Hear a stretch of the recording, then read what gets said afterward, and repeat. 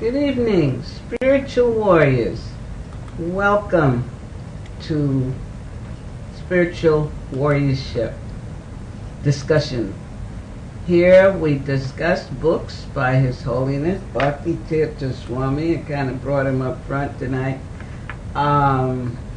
Based on his books, and at the present time we're on Spiritual Warrior 5. Spiritual Warrior 5, Making the Mind Your Best Friend. And we're on a chapter entitled The Necessity of Enthusiasm. And believe me, you get the opportunity really to practice whatever you're hearing and suggestions he's making and technologies to encourage you deeper in your spiritual life and in being a strong spiritual warrior. And I had my experience. I just mentioned a little while ago that I want to express this enthusiasm. I've been having a slight, if you will, problem with my eyes. And one of them is apparently has symptoms of macular degeneration. If you don't know what it is, don't worry about it. Wait till you're over 50. They say most people get it over 50. But it's been a challenge. And today I'm feeling pretty good, and I noticed while I was reading and studying, the eye felt a little scratchy, and I was saying, I got to go on, I will not go on. And my tech here was just saying, how do you feel? And I said, I feel all right. And how does the eye feel? Oh, don't ask me. But then I realized I'm going to be talking about the necessity of enthusiasm. And no matter what's going on right now with this physical body, I am enthusiastic because I'm sharing with you concepts and ideas and techniques and technologies of His Holiness Bhakti Tirtha Swami, who was a pure devotee and was really showed us how important enthusiasm is and how important our spiritual life is. And he continually reminds us of our spiritual life. So I'm going to put my glasses on and we're going to begin. And what I realized, I was starting to get a little anxious, and we went through in Spiritual Warrior 4 about anxiety. But any of you who are regular watchers of the program, coming in most of the time, I would like to suggest, if you don't have the Spiritual Warrior book that we are reading from and discussing, try to get it. As I said, you can get it at Krishna.com store or from the publisher harinamapress.org. And if you go there, you get a free gift for coming on, or just coming on and asking, and there you'll see all the books. So this way we could read along, and if I hit a little bump, one of you out there could pick me up, dust me off, and we continue. But it's good to have so you can be on the same page. Okay? Oh, the other point I was going to bring, I love to review, but I was just reminded I don't need to, because if you want to know or hear what we talked about, you can go to, the archive. You go to Krishna.com and click TV, I think, and you'll see Spiritual Warriorship. And all the broadcasts are there. I don't know what number we're up to now, but I know it's over 60. So if you miss something here, or you didn't catch it, you can go back and listen. How's that? So when I start asking questions, there's no excuse. Okay, spiritual warriors? So let's move on. And tonight we're starting with 6 principles. Guarantee enthusiasm. That's the name of the section. And what he did in bringing this, Rupa Goswami gives us 6 principles in Nectar of Devotion, text 3. If you have a copy of Nectar of Devotion by His Divine Grace A.C. Bhakti Siddhanta, Bhakti Vedanta Swami Prabhupada, take it out and open it again, or you may be reading it now, and you will find in text 2 and 3 the things that we have talked about last week and we're picking up on now. Because I went back to it and was like, oh my gosh, I have all my markings when I studied it. It's like it's really good to review and get a deeper understanding of the essence of your spiritual life, because that's why we're here. So Rupa Goswami gives us 6 principles in text 3 of the Nectar of the Instruction that guarantee rich bhakti and unequivocally guarantees the highest enthusiasm. Now, of these principles, Ustaha, which is enthusiasm, appears first. Let's hear that text. It says, there are 6 principles favorable to the execution of pure devotional service, or bhakti. And 1 being enthusiasm. 2, endeavoring with confidence. 3, being patient. 4, acting according to regulative principles, such as hearing, chanting, and remembering Krishna. Abandoning, this is 5, abandoning the association of non-devotees and following in the footsteps of the previous acharyas. Now, these 6 principles undoubtedly assure the complete success of pure devotional service. So we're given a hint now. And what Bhakti Tirtha Swami does, he briefly touches on each one.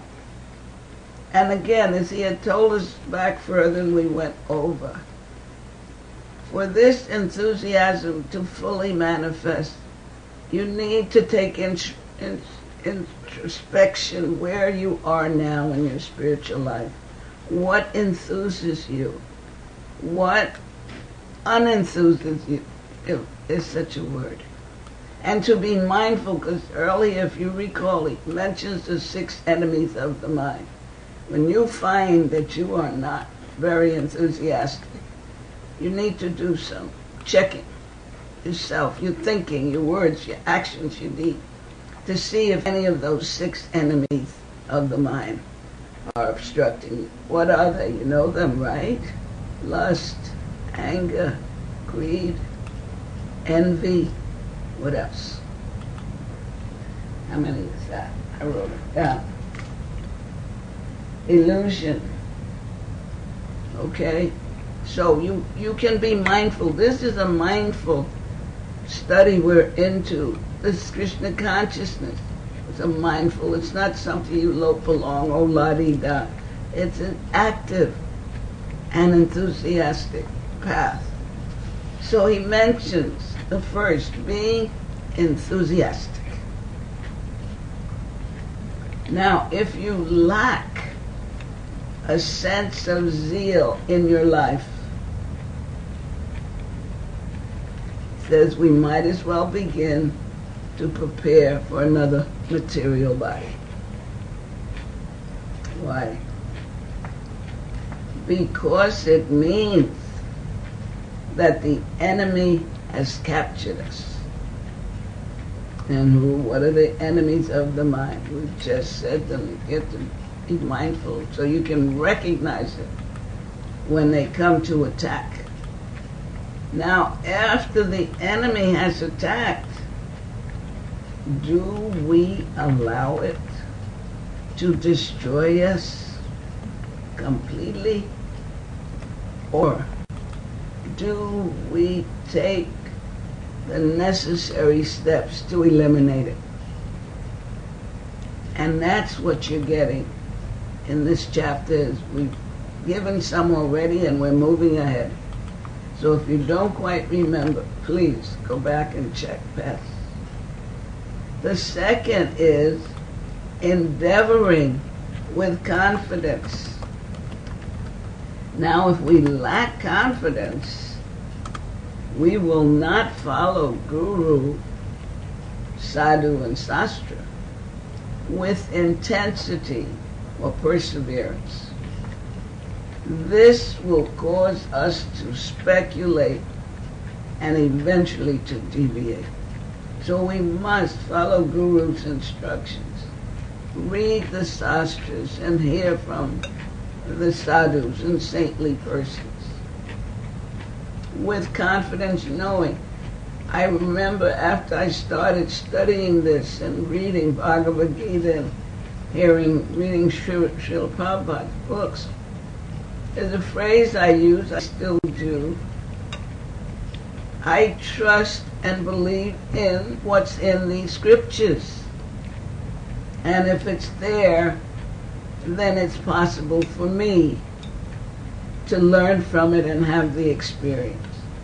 And you do that with confidence, because the acharyas didn't lie. Krishna didn't lie. They're telling you what you need for a spiritual life. The third, be patient. Now these are principles that guarantee enthusiasm, and that's what we're on. Now enthusiasm and excitement mean that we greatly anticipate the possibility. But at the same time, we must also be patient. Now how do these two mindsets coincide? On one hand, if we lack patience while endeavoring with this intense enthusiasm, we will deny Krishna's position as the supreme controller. Always remember Krishna, never forget Krishna, and knowing that he is the controller and the arranger. And that really comes up for me strongly when the situation, conditions aren't going the way I want them to go.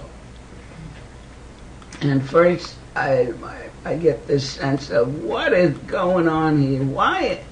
Okay, stop. Krishna's the controller and the arranger. Let me look at this situation. And it makes a difference, because immediately, at least for me, I realized this isn't how I want it to be. But then the next thing that comes up from studying and practice is, okay, but this is what's being arranged by Krishna. Help me to learn from it and grow from it. And then you become more mindful and alert to what it is. And then you can get enthusiastic, because you will find out, and you move through it based on what we just said, what Guru said, what the Sastras have given us, and what the Sadhus have told us. So instead of recognizing the ways in which Krishna is facilitating us, we will become angry when certain arrangements do not manifest according to our own particular time. So I guess I've grown a little. I may have gotten angry at one time, but at this stage of my life, as he said, I don't want to take another material body if possible, so I'm endeavoring to follow the principles and regulations that was mentioned in order to grow and advance spiritually. And that's by recognizing who is the control and arranger, and if something isn't going my way, then it means I'm to learn something from it. Now, on the other hand, if we patiently wait for the Lord, mercy, without acting enthusiastically, our consciousness will not be strong or protected sufficiently to keep out the enemies of the mind. So we will begin to doubt whether or not the goal is worth the endeavor. Actually, we must be enthusiastic and spiritually greedy while being patient. And you do this by just practice, chanting and hearing and remembering constantly. And we've asked you some questions for you to think about. I hope you've taken them and endeavored to work with them for becoming stronger. Now, actually, we must be enthusiastic and spiritually greedy while being patient. We must eagerly serve in an emergency consciousness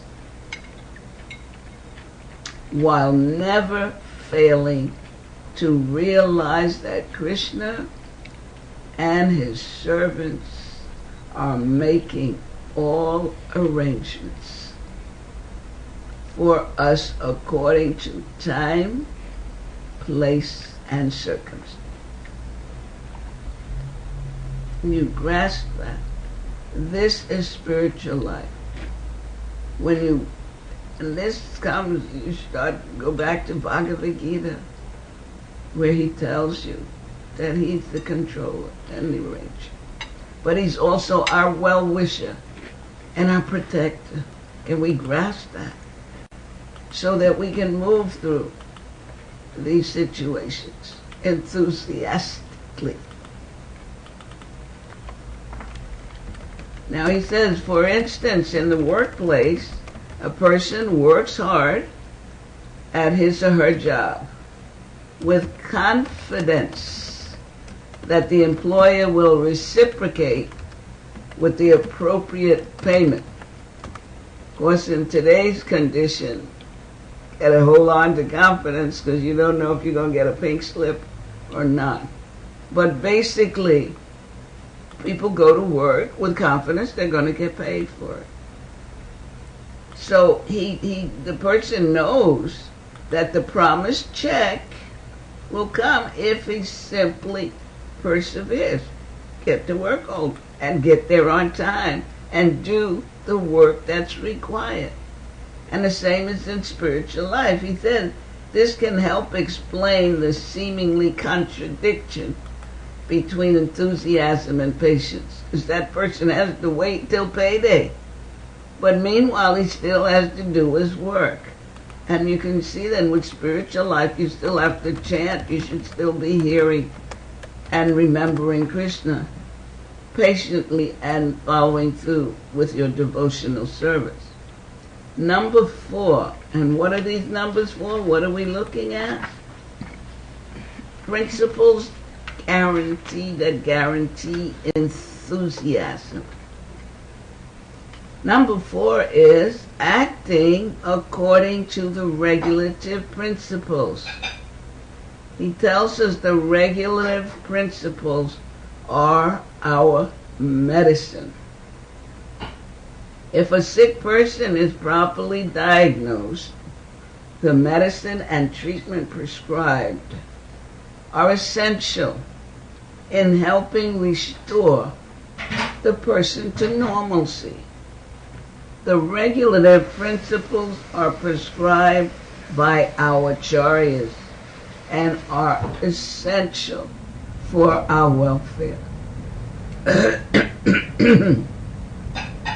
Fifth, abandoning the association of non-devotees.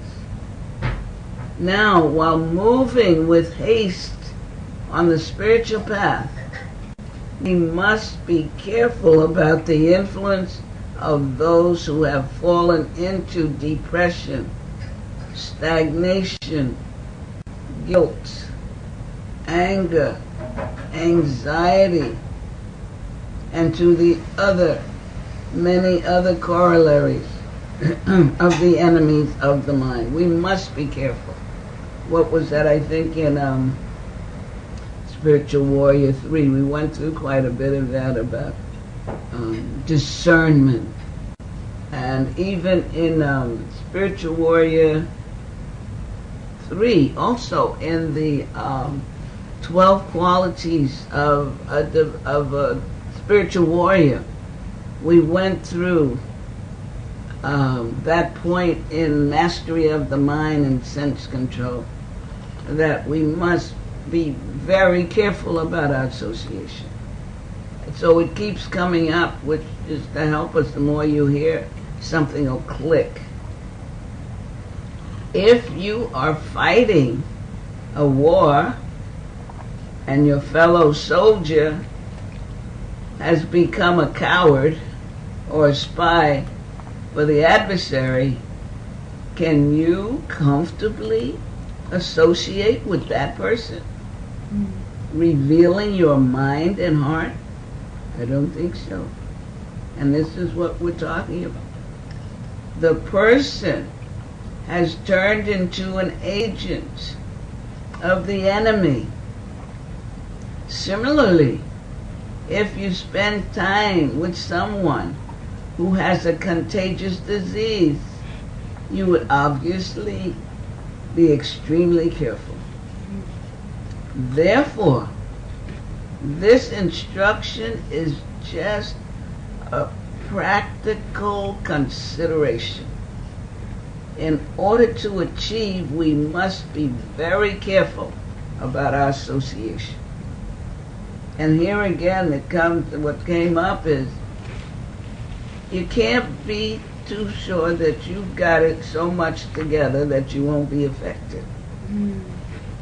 Because you may be pretty strong and you may be able to give slokas and quote Srila Prabhupada and who else.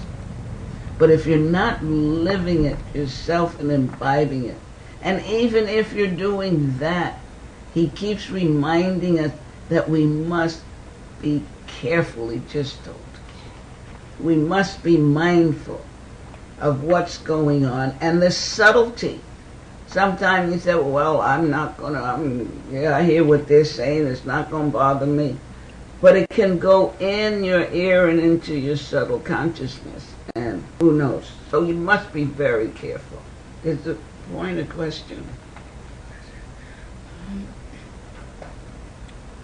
How do we be careful and at the same time avoid being like elitists or impersonal or separatists, and not and avoid maybe being compassionate or empathize with those who are not maybe doing the same thing we're doing, but just, yeah.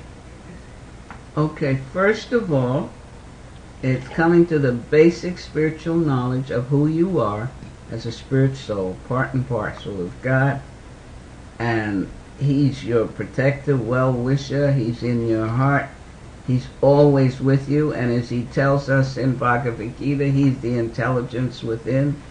You also know that you are a spiritual warrior, and you are on the battlefield of consciousness. There's no need to be elitist or act elitist I'm better than you, how you talk that nonsense. You really have compassion because the same God, Krishna, is within them. But they're at a level of covering. They're still covered, or they've gotten so attached to that mindset. So when you address them and are ready to leave, this shouldn't be a problem. You greet them nicely, and when they start their nonsense, you realize your mind will even tell you you don't need to be here. And if Guru used to tell us, if you can't help the people you're with towards a higher consciousness, then you leave. And you can say it very kindly. It depends again on association. If it's a relative or somebody you used to hang out with and you've come to this truth and you have a better understanding, you can just say, hey, I can't go there anymore, or I don't want to go there anymore. You know what I'm learning now, and try it, and there are some people who do not want to hear about God because they think they're God. So how are you going to tell them? But yes, it's possible based on your consciousness, where you are in consciousness. And it's not thinking, I know more than them, I'm better than them. Oh, what a filthy mouth. Because at one time, you had a filthy mouth. I remember when I did. There was one time I thought, who are you? Get out of my face. So yes, it's possible. And again, if you're mindful and careful, you will be alerted as to this is not the place I want to be. And you can say, excuse me, I have another appointment, or I have to meet somebody, or it's good seeing you again. And that's it. If you have a book, maybe you try and give a book, or if they start cursing you out, just say, okay, I gotta go now. And the Lord will protect you. Krishna's with you every step of the way. And he knows. And what I found in coming to spiritual life, suddenly the person that had that kind of attitude wasn't in my life anymore. I did not deliberately say, I don't want to be around this person, but they just weren't there anymore. So Krishna has a way. He moves the obstacles if you are, as it said, greedy in your spirit for spiritual life. Does that help? Yes, so we can do is just, where were we reading about that with serving and helping? Sometimes, he stated you want to help, but your attitude is, oh yeah, I'm going to help this person because they're down there and I'm up here. No, it's about serving. How can I serve this person? And it may just be a smile and a Haribo, or good to see you, but I got to run now. Bye. Smile on your face. That's all. And the Lord will find a way, because he knows what's going on in your mind anyway. Okay? So, we've gotten to the 6. And what are we reading here? It's the guaranteed principles of enthusiasm. What a necessity of enthusiasm. I've forgotten all about my eye talking to you guys. I'm glad you're there. I'm glad I came on. Following in the footsteps of previous acharyas. Now we want to study the examples of those who have come before us and succeeded on the path of bhakti. And we want to follow them, not imitate them. And what I have found to help me with that is hearing Srimad Bhagavatam. What came right to mind was the story of Bali Maharaj and Vamanadev, remember that? And he came as a dwarf, the Lord, and asked for how many steps? 3? 3 steps to land. And Bali, being quite compassionate, this little guy, and said, sure, go ahead. although we know his spiritual master knew who it was. But what I remember from the story, when they were going through class, he gave him one, he gave him two, and then he said, you broke your promise. I asked for 3 and there's no more left. Well, you got to be punished. I think in the story was, sure, you was going to send him to hell, you know. And Bali said, oh, take it, I'll put your foot on my head. But he put Bali through Bali Maharaj, through such horrendous experience. He took away everything. He was the king of the world, the universe, or whatever. But the line I remember, and I remember the day, I hope I can read, when I heard it, the morning class, when he said to Bali, how did it go? Oh dear. But it was that he had taken everything away, and he knew that many people could not go through that. But the whole time he was there protecting him, something like that. Because I remember the tears just flowed from my eyes that morning. I wasn't even at the temple. I was hearing. So if you're going through something, as I said earlier, it's not about getting angry and whatever. It's about seeing what you're to learn, because it's the Lord endeavoring to help you learn more and get closer to Him. So, as I said, if you hear Bhagavatam or have it at home and can read, some of those stories will really help you. So, Bhakti Tirtha Swami goes on saying that all of these 6 items will produce the pure experience infused with the culture of bhakti, devotional service, serving the Lord. Misdirected enthusiasm gets a person into trouble. But properly directed enthusiasm helps us control the mind and senses rather than serve them helplessly. Go back to 12 qualities of a spiritual warrior, a section on sense control, controlling the senses and controlling the mind, mastery of the mind. So he gives us here the purport of this particular text 3 and the nectar of instructions, of Prabhupada's words. It's nice to hear from Prabhupada. One should accept this opportunity to return home back to Godhead very enthusiastically. Without enthusiasm, one cannot be successful. Even in the material world, one has to be very enthusiastic in his particular field of activity in order to become successful. And I think any of you out there will agree with that. You're going to school, you're going to work, you have to show some enthusiasm. Don't just slough it in because you expect a paycheck or you expect a decent grade. So you have to have some enthusiasm. Now a student, a businessman, artist, or anyone else who wants success in his line must be enthusiastic. So similarly, one has to be very enthusiastic in devotional service, the spiritual life.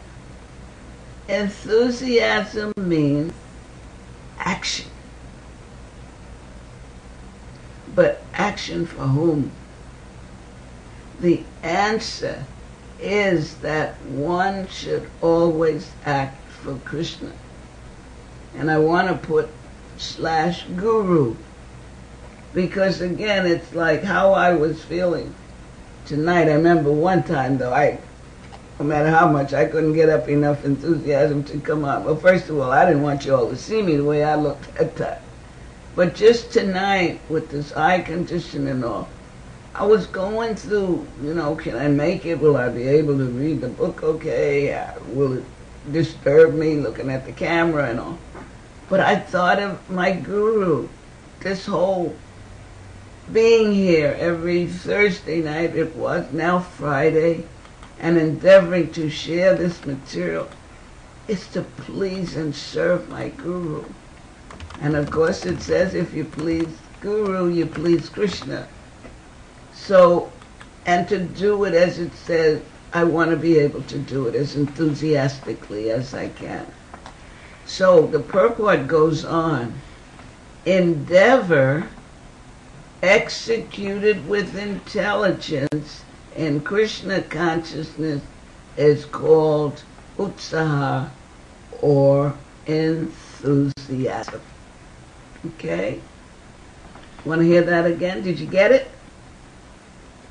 Endeavor executed with intelligence in Krishna consciousness is called utsaha or enthusiasm.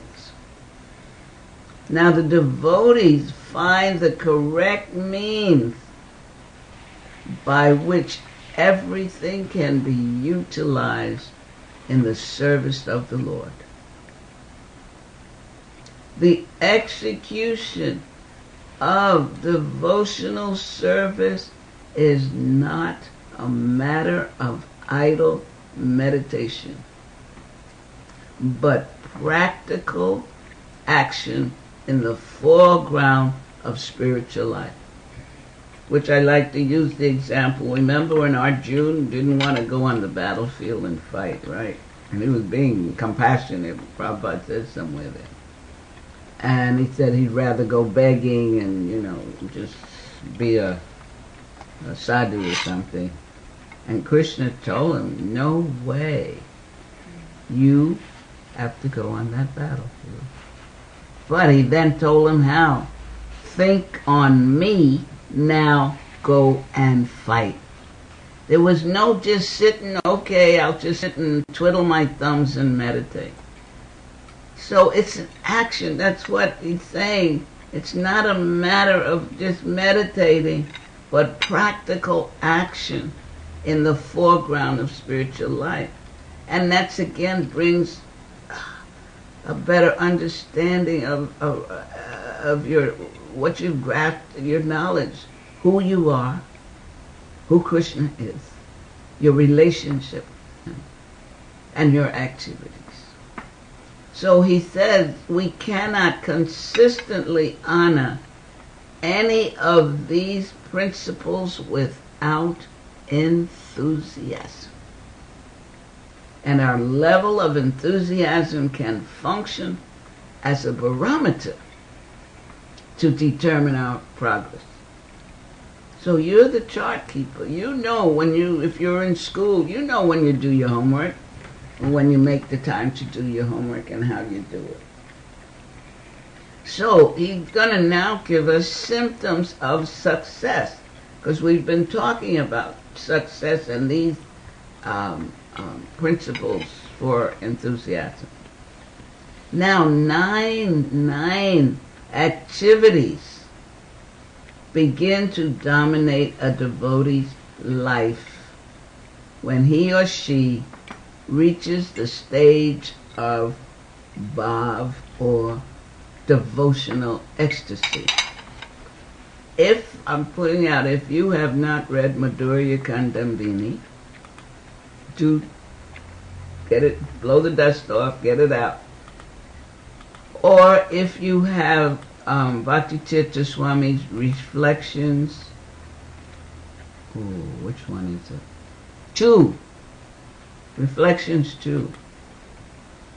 Commentary on Madhurya Kandambini. If you've got that at all, pull that one out and read and go through these stages as he breaks them down and make comments on it. I found that completely encouraging and fascinating increasing my desire and greed, if you will, to advance in spiritual life. So it begins when we want to reach the stage of bhava or devotional ecstasy. Now at that stage, the practitioner has already passed through the previous stages, which are known as Shraddha, which is what? Faith. Sadhu Sangha, association with devotees. Now we just said not to associate with non-devotees, especially those that will not help your consciousness grow. And Bhajana Kriya, that's your practicing devotional service under the guidance of a spiritual master. Anatha Vritti, the removal of unwanted obstacles and offenses. And it's times like this, sometimes I wish I had a photographic mind, because in Madhurya Kandambini he breaks each of those things down and how you can really get rid of unwanted obstacles. First of all, what causes them, and then how to get rid of them. This philosophy is dynamic. There's no excuse, in my humble opinion, of not moving ahead and advancing spiritually and becoming a strong spiritual warrior. Then there's nistha, steadiness or faith. When you become steady and faithful in your practices and your understanding. And then ruchi, strong taste for spiritual activities. Then asakti, intense attachment to the Lord. And after Sakti, the devotee reaches the stage of Bhav, which comes before Prem, or the highest perfected stage of life. Bhaktitirtha Swami gave classes on this Madhurya Kandambini, with talks of the ego, makes commentary on these stages. And I remember listening at the time with great enthusiasm, and again as we went through the book on the Wednesday night conference call. But when the description of the devotee reaching Bhav, or that stage of loving energy, ecstasy, and then how Krishna begins to reciprocate. And it was quoted that the devotee was having this experience while still in his physical body. Again, tears came, because as I say, the acharyas, when they write things, it's not whimsically. So that book really encouraged me to work harder and be more greedy and get to higher platform. So he tells us here that imagine taking an elevator from the first floor all the way up to the penthouse. A person has to pass all the different levels. But then the door opens and leads into the penthouse. So he says we might compare that open door to Bhav, or ecstasy, which is pushing away all other unhealthy blocks and unathas, unwanted habit, once and for all. It's possible to reach that level just by practice and desire and greed for it. At this stage, the aspirant goes through final cleansings that allow the soul to walk into the spiritual realm and experience prema, love, which is the ultimate goal of why we're here, why we're studying Krishna consciousness, why we're reading Bhagavad Gita. Or even if you're not and you're not into Krishna consciousness that much, if you're reading your scripture, you're looking for the essence of it. And any bona fide scripture, the essence is love of God. Consequently, we want to look at the symptoms of a person who has reached the door and witnessed the effects of enthusiasm. Now, Arjuna similarly inquired into this topic in the Bhagavad Gita, where he asked Krishna how such a person who has transcended material nature walks, talks, and in general behaves. How can we recognize such a person? And what does he or she experience? Now, what time is it? Okay. Below are some of the symptoms given by the acharyas to one who is transcending material nature and knocking on the door of prema. Such a person is situated in bhav. So, let's go there. I'm sure we can do this with the time we have left. There's 9 of them, but let's try it. And he's got Sanskrit, which I can try. Hold your ears. Avyathar kalatvam. Utilization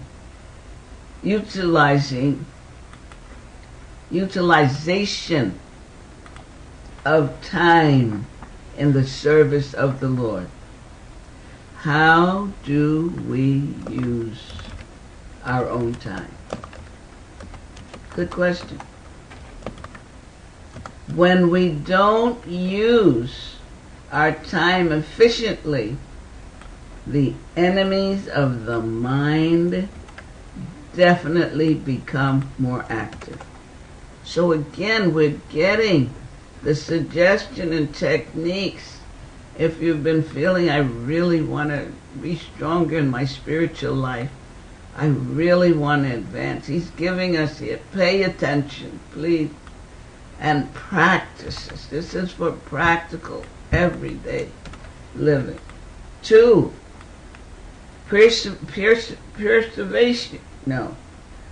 perseverance,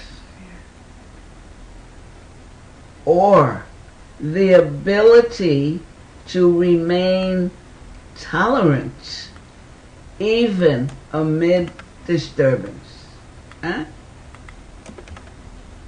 This compares to Rupa Goswami's second tenet of firm conviction. That is, endeavoring with devotion. These are some heavy, serious points, but it's so wonderful how he presents it. It's simple. If you just take it and want it, desire it, greedy for it, and begin to practice it. Number 3, detachment from the objects of sense enjoyment. We do not want to be void of enthusiasm, nor do we want to attach ourselves to unhealthy enthusiasm. We have to detach ourselves from the unhealthy in order to access the healthy. 4, pridelessness. Pride is a serious enemy which blocks the ecstasy. Humility is an antibiotic that checks the enemies of the mind from spreading or even surfacing. And if you've been following these spiritual warrior books, he mentions and discusses that, and we've even repeated it. And it's one of the qualities of a spiritual warrior. As I say, I think those 12 qualities were the first part of doing these broadcasts. You may have to go back to the earlier if you want to review them. Number 5, hope against hope that the Lord will bestow his causeless mercy on the individual. Even when the obstacles seem insurmountable and intense, it doesn't stop an enthusiastic person. Even when the obstacles seem insurmountable and intense, it doesn't stop an enthusiastic person. How many of you feel, today, what I went through today, or what I went through, weekends coming, it's so intense, I don't know how. But he says, even when obstacles seem insurmountable and intense, it doesn't stop an enthusiastic person. Because an enthusiastic person is practicing the points we've just previously gone over. Such a person has a natural mood of optimism, trying to use whatever is happening in their lives for growth and service. They will find a way to get around any obstacle or difficulty and will not allow it to impose in any way on them by causing them to think of themselves as a failure. And guess what? I feel we have covered quite a bit. I feel, I used to use the expression, my cup runneth over. But what we've just covered, these 5 points of success, symptoms of success in your life, and is quite a bit to think on, meditate on, work on. I'm going to mark it so I know this is where I left off. And God willing, and I'm able to get back here next week, we'll start with number 6 and go to 9. But I'm hoping and praying you're taking some of this in and maybe making a pledge to yourself, a desire, or making a note to practice this. And maybe you are already, and maybe, you can give me some hints.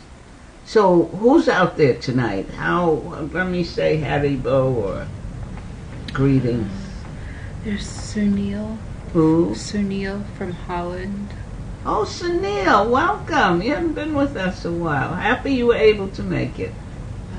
Someone by the name Chanting and Dancing. Chanting and dancing? Mm-hmm. Okay, that's what Lord Chaitanya came. Tell us. And then Edgar is online. Edgar, welcome. Nice you could make it. Bhakti and Carol. Hey, Carol, you're there. Wonderful. I know this is helping you because you've been doing so well just based on what I've heard from you. I hope you understand and making an effort, endeavor. Thank you for coming. Anybody else? No. Any of you have any questions or comments before we say goodnight? Anything you heard? Was any one word, one phrase that stimulated your mind, your consciousness, your desire that you would like to share? Because we gave quite a bit, I feel, tonight. Anything caught your mind and attention?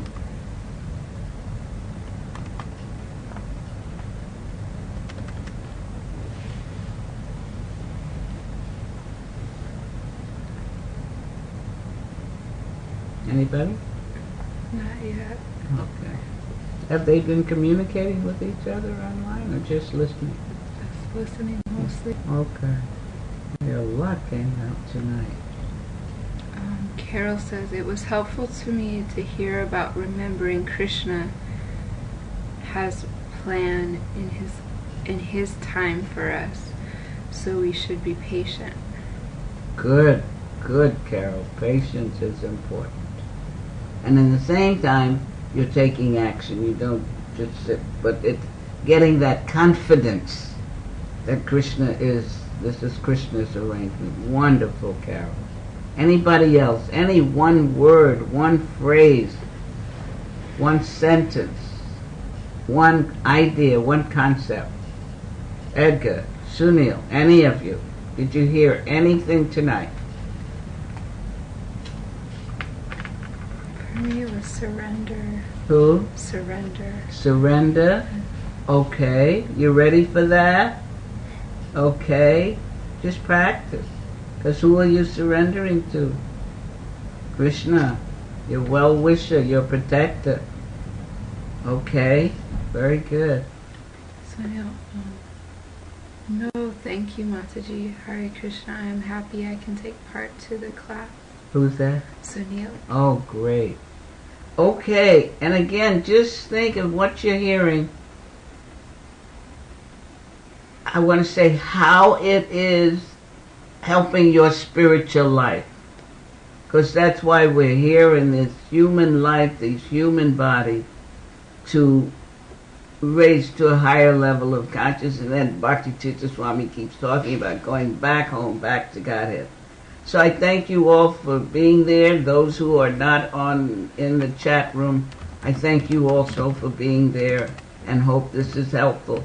And don't forget, if you don't want to talk in the chat room, you can write me at motherindrani108@gmail.com.